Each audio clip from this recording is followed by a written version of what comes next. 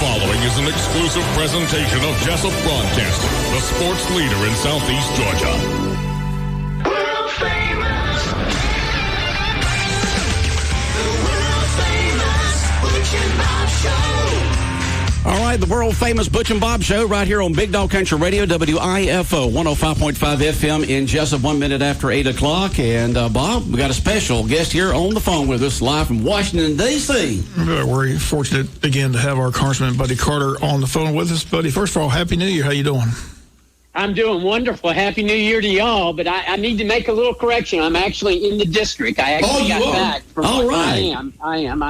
I am. It was a kind of a strange situation, one that I haven't done before, and that is on Monday, I flew up and flew back in the same day. Wow. So I flew up in time to make 2 votes, and then was able to get back to the airport and get back home and sleep in my own bed. So pretty That's good news. Yeah. Yeah. With the vaccine, how's the airport traffic? How's that going? Do you feel safe in an airplane?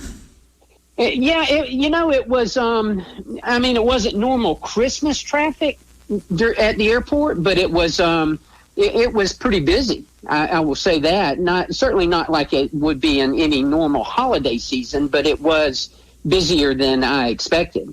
Let's start with the vaccine. Several people in Wayne County have gotten it. People at the hospital, people that I know that got it say that they're feeling good that they got it. They're hoping it gets out to the public soon. Have you taken the vaccine yet, or where are you in line for Yes, that? I have. As a matter of fact, as you will remember, Bob, I was in the clinical trial. Right, I remember that, but I didn't know if you got the shot. Back in mid-October, I got my first dose, and then in mid-November, I got my booster shot. And after I got my booster shot, I kind of felt like I had an antibody-antigen reaction because I had some malaise. It was mild symptoms, but still, I did have some symptoms after the second shot. But in a clinical trial, they don't let you know whether you get the placebo or whether you get the actual vaccine. But after I got up to Washington, they were giving the vaccine, so I called my physician and I asked him about it. I said, can you unblind me?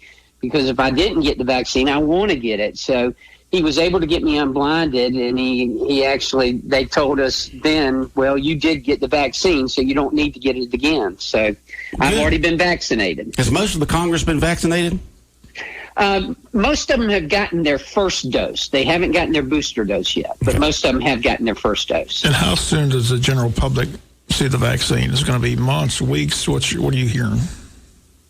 Well, it actually, of course, what we're doing with the vaccines is that the nursing home patients and nursing home workers and then the healthcare workers will get it first. They get the initial doses, and then it'll be the most vulnerable in our population who get it. But for the general public, you should be looking at the end of January. That we should be able to get the vaccine out to those people by then and be finished with the healthcare workers as well as the nursing home patients. And keep in mind, nursing home patients are at the front of the line, and the reason for that is that the 39% of all the deaths attributed to COVID have been with nursing home patients. So obviously they should be first in line. Well, since you're in the district, before we move to Washington, let's stay in the district. Story that you've been following, we've been following as well, the Golden Ray event down there in St. Simons. They say that the second cut is going better than the first cut, but still a lot to be done, a lot of money being spent on that. What's your update on that?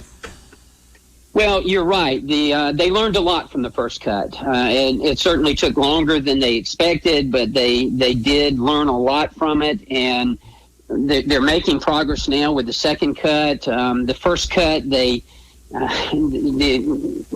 they were cutting with the chains, they were sliding a little bit, so they decided to make some indentions to keep the chain in place. That helped a lot. The second cut was a more difficult cut, because the one that they're doing right now, because it's in the engine room. So they got a lot more to go through. But it is going better, I should say, than the first cut went, because of the lessons learned in the first cut. But still, the project is behind schedule, and quite honestly, I'm somewhat aggravated by it all. But it's a big engineering project, and I'm super impressed with what they're doing. But now there's a question of whether they're going to have it finished and completed before the next hurricane season starts. So If you go to downtown, Congressman, if you go to downtown Brunswick, you'll see that first section, I don't know, cut and it's laid on its side. It dominates the skyline of downtown Brunswick, and you can still see cars in their little compartments inside that. It's becoming a tourist attraction in downtown Brunswick, and of course the cutting out there in the Sound is also. But it's just quite an awesome sight. That ship, part of it on its side in downtown Brunswick there, with all those cars in the little cubby holes. Well, you're right, and it has become a tourist attraction. I'm not sure that's one we wanted, but nevertheless, you would take what you can get, I guess. But I hope we never experience this again. Wow, this has really been something. And Bob, you alluded to it earlier about the amount of money that's been spent. My goodness. We have spent so much money on that. And, of course, the insurance companies are the ones who have footed the majority of the bill. But some of it has come from the harbor fund and the fund that the shipping companies pay into. Let's go to Washington. As you mentioned, you were just up there. The big story is the stimulus checks. The president wanted to go to $2,000. The House voted overwhelmingly to do that. The Senate was blocked for a vote. Why do you think Mitch McConnell blocked the vote? Well, Monday night, we passed the bill to up the stimulus to $2,000. Now, Mitch McConnell and the Republicans, or most of the Republicans in the Senate, it's primarily McConnell, but they are blocking it right now. There's a lot of jockeying, if you will, going on. Evidently, Bernie Sanders is trying to hold up the vote on the override for the NDAA in order to get McConnell to allow them to vote on the $2,000 stimulus. We'll have to see how that plays out. That's certainly a power move, and we'll just have to see. Quite honestly, Bob, I did not vote for the $2,000 increase, or the $2,000. I had some concerns about that, but keep in mind now, I recognize that there's still people hurting out there. I recognize there's still people in need. And yes, that $2,000 would have helped. That $600 is going to help. But I just feel like we could have been more targeted to our audience and what we're trying to do. Not only that, but the change into $2,000 also included a change in, before it was going to be, you get $600 for children. And children, you'd have to have a Social Security number. Well, they just changed it to, with $2,000, they changed it to just dependents. And with dependents, you don't have to have any Social Security number. And that opens up a lot of avenues for fraud. And I was very concerned about that. But the key here to remember is that even if it does remain at $600 for this round, we can always go back. We can always look at it again and see if we need to increase it. One last thing I'll say about that is that we did increase the amount of unemployment insurance. We included $300 per week through the end of March. That's important because that's targeted, in my opinion. That's to the people who really don't have a job and need extra assistance. So I'm okay with that, but just sending out a check to people who have had a job the whole time and haven't lost a job, I just think we could have been a lot more targeted than what we were. Congressman, I got a question for you. Somebody asked this to me yesterday, and I didn't know. From listening to the news this morning, they're going to go ahead and start sending out those $600 checks. And let's say that the bill now passes where it's going to be $2,000. So you get a $600 check, and then later on you get a $1,400 check?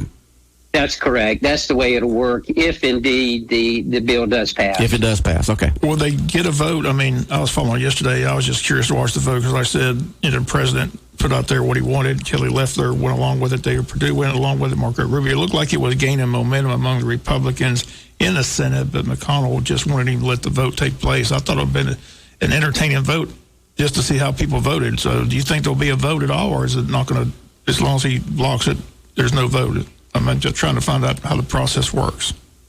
Yeah, Mitch McConnell, the president pro tem, whoever it may be at this point, it's Mitch McConnell. That's a very powerful office, just like the Speaker. The Speaker, let me tell you, the Speaker is a powerful office, and they exercise that power quite often. Nancy Pelosi does. John Boehner exercised that power when he was Speaker of the House. Paul Ryan, not as much, but John Boehner did, and Nancy Pelosi has. So, Mitch McConnell can block it, and that's what he's doing right now. And quite honestly, you know why? Why is he? Well, why not just let it come in to? favor of it. So he just feels like it's. So he just gets to decide like there's no vote at all.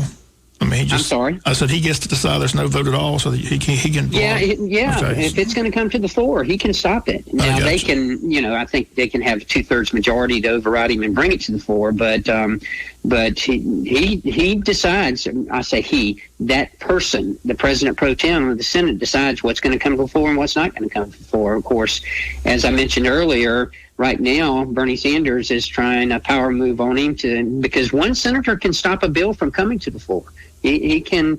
They have that ability in the Senate to do that. Any senator? Filibuster. Any senator? Wow. Any senator. Yeah, they can filibuster. Now, eventually they wear down. They can't talk forever.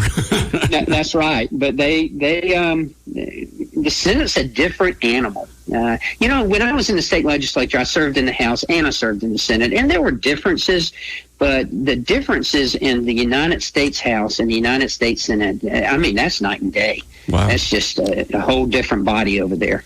But just watching as an observer, it just looks like, we know for a fact that McConnell and Trump were allies all this time. It seems now that Trump and McConnell are becoming bitter enemies because he continues to take pot shots at him. He's upset with him not defending his contention that the election was stolen. So is that what this is about? There's just a power struggle now between McConnell and Trump, and McConnell's trying to show that he's going to be around. Trump's not going to be there. Is that what's going on? Well, to a certain extent, it is. I know you find this hard to believe, but you could support this president all the way up until the very final vote, and if you don't support him, then that's it. He's just that type of person, and I get it and understand. He feels very strongly about this, and I understand that.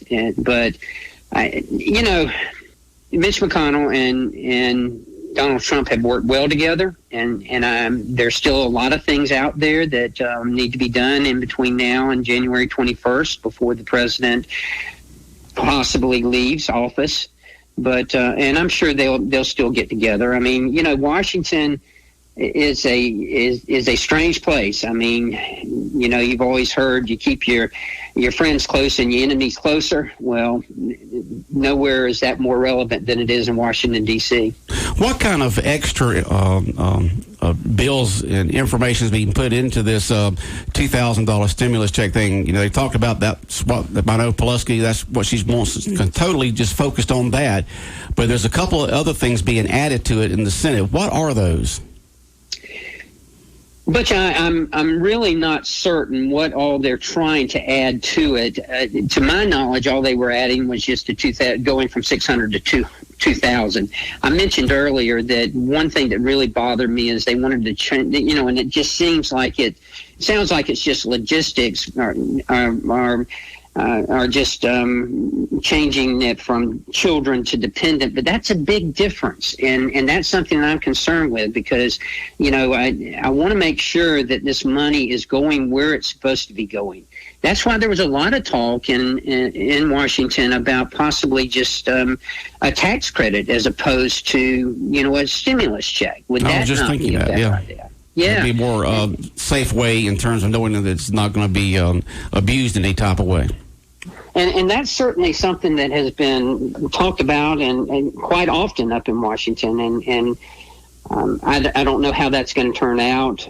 Obviously, it hasn't turned out yet, but I'd certainly like to look at that because I tell you, the amount of waste, fraud, and abuse is just unbelievable. And if you're just joining us, Congressman Buddy Carter on the phone with us, I'm curious, you said you didn't vote for the stimulus check. President stated in his tweet that if those Republicans who didn't vote for it are looking for a death wish. So have you heard any feedback from him for you not voting for the $2,000? No, not really. I've had a number of, it's kind of gone both ways. I've had some people saying, thank you, we can't afford it. We, our country's in debt. But the main feedback has been, is it really going where it needs to go? That's the question. Look, I get it. I know there are still people hurting out there. I know there's a lot of needs out there.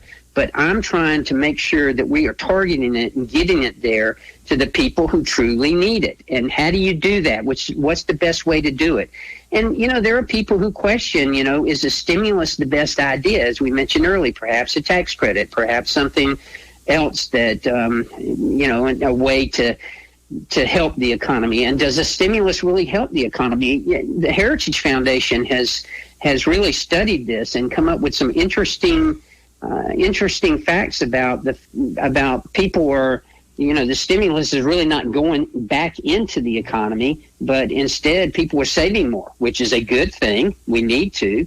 And instead, people are paying off their credit card debt, which again is a good thing. We need to be doing that. So, there's just a lot of questions out there. But again, the stimulus was an important part of the relief package, but there was a lot more in that relief package than just the stimulus. I mean, when you talk about we're going to have another round of the PPP, the Paycheck Protection Program, a very successful program that saved millions of jobs and saved millions of paychecks. Now we get a second round of that. Not only that, but I've had so many people calling our office and other congressional offices about the business deductibility of the PPP. We clarified that, and we got that cleared up so that, yes, you will be able to get the business deductibility on the first round and on this round. So that was very important to those people who got the PPP as well. One final question on this before we go to the runoffs. The big question people ask when they see it is the word from the media was there was so much in the bill that most congressmen didn't even read it and were voting on something they haven't read. Were you able to read the whole thing?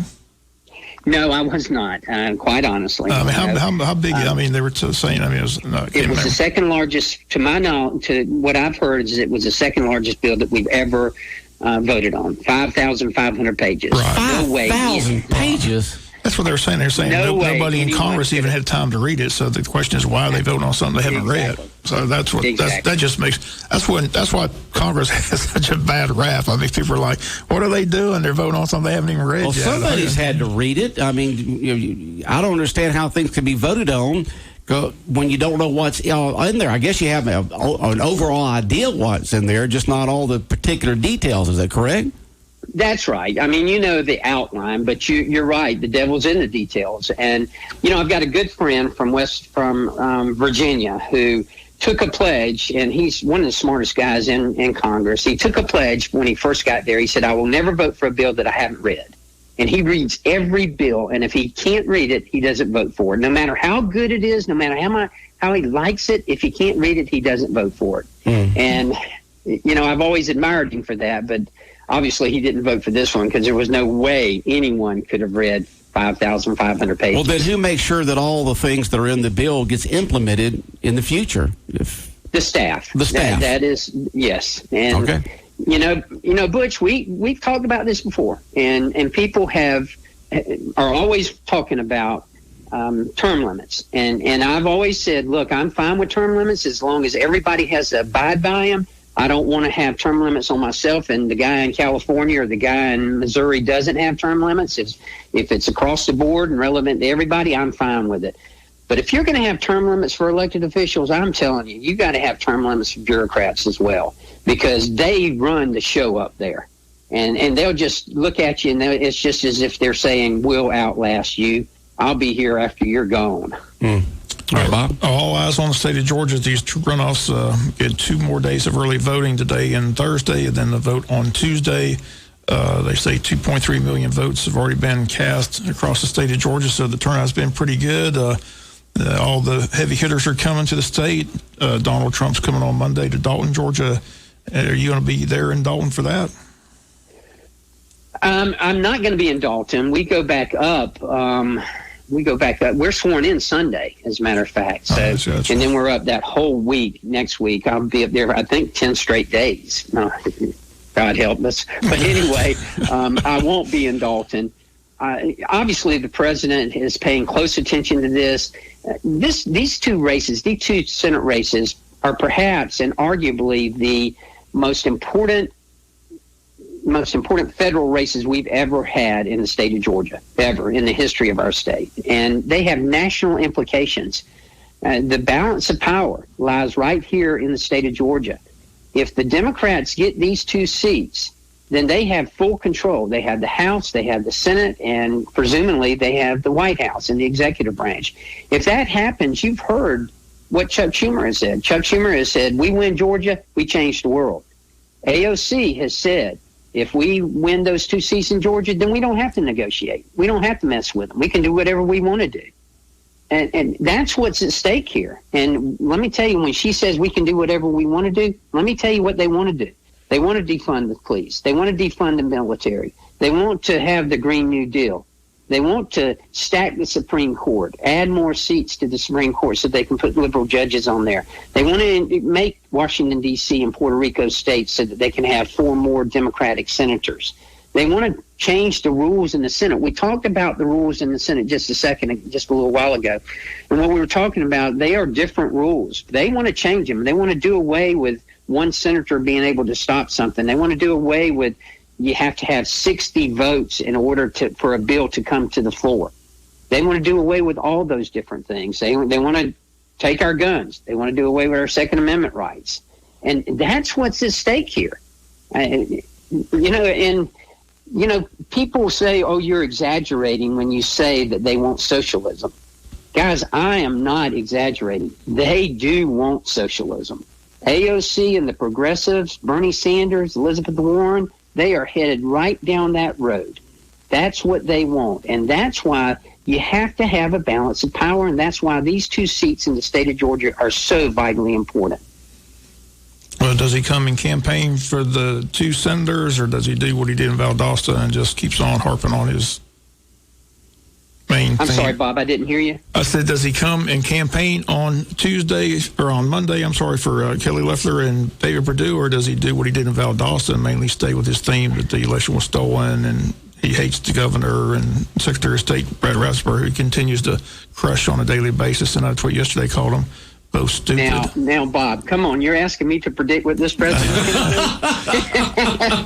to do? And my question is, why does he keep on bashing the Republican governor? And I just don't understand how he wins that. And what kind of position does that put Kelly Loeffler in? Because Kelly Loeffler's not in that seat without the governor giving her or appointing her.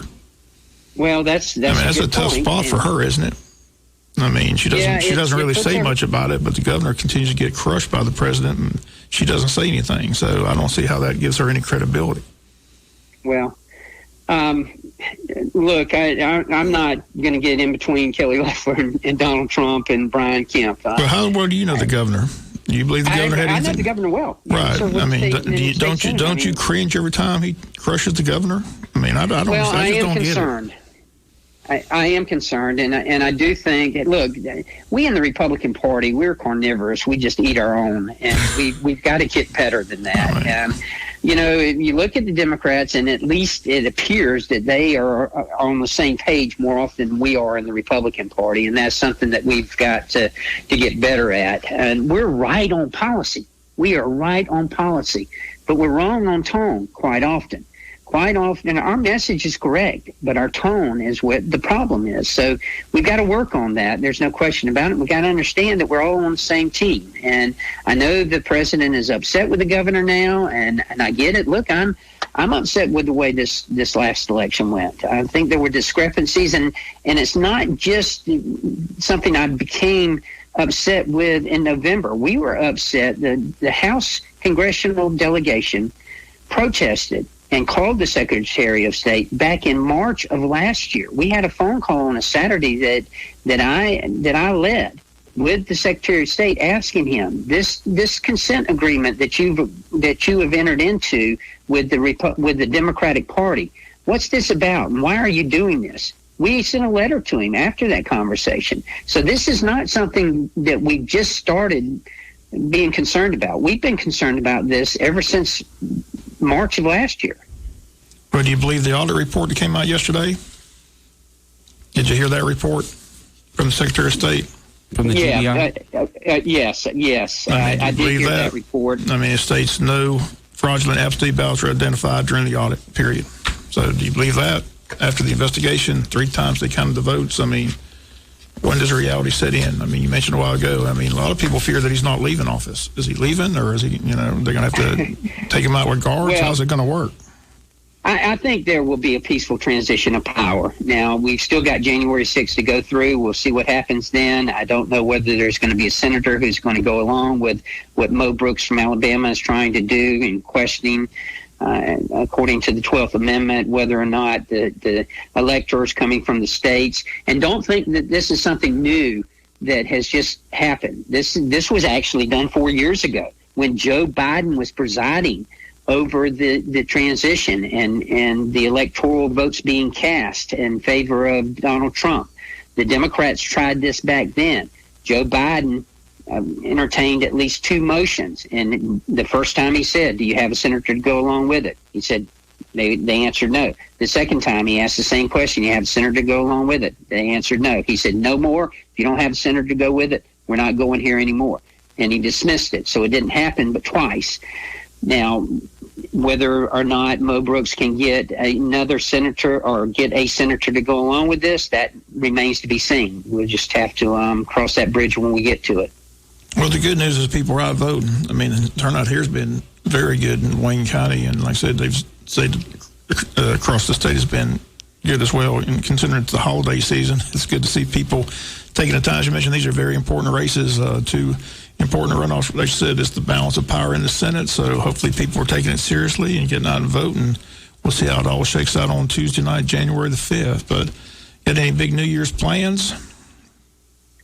Well, I too am glad to hear of the high voter turnout, and that's certainly something, because look, runoffs are all about turnout. The key to winning a runoff is getting your people out to vote. So I think both sides understand that. That's why you've had the national attention to these races that you have. That's why so much money is being pushed into it and spent.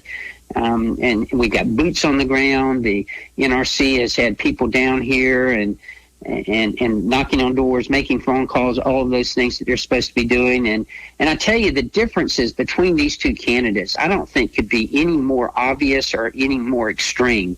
I mean, here you have Raphael Warnock, the liberal's liberal. Here you have Kelly Loeffler, a successful business person who's done an outstanding job the past year in the United States Senate. You have David Perdue, the original outsider, who has created tens of thousands of jobs, a successful businessman.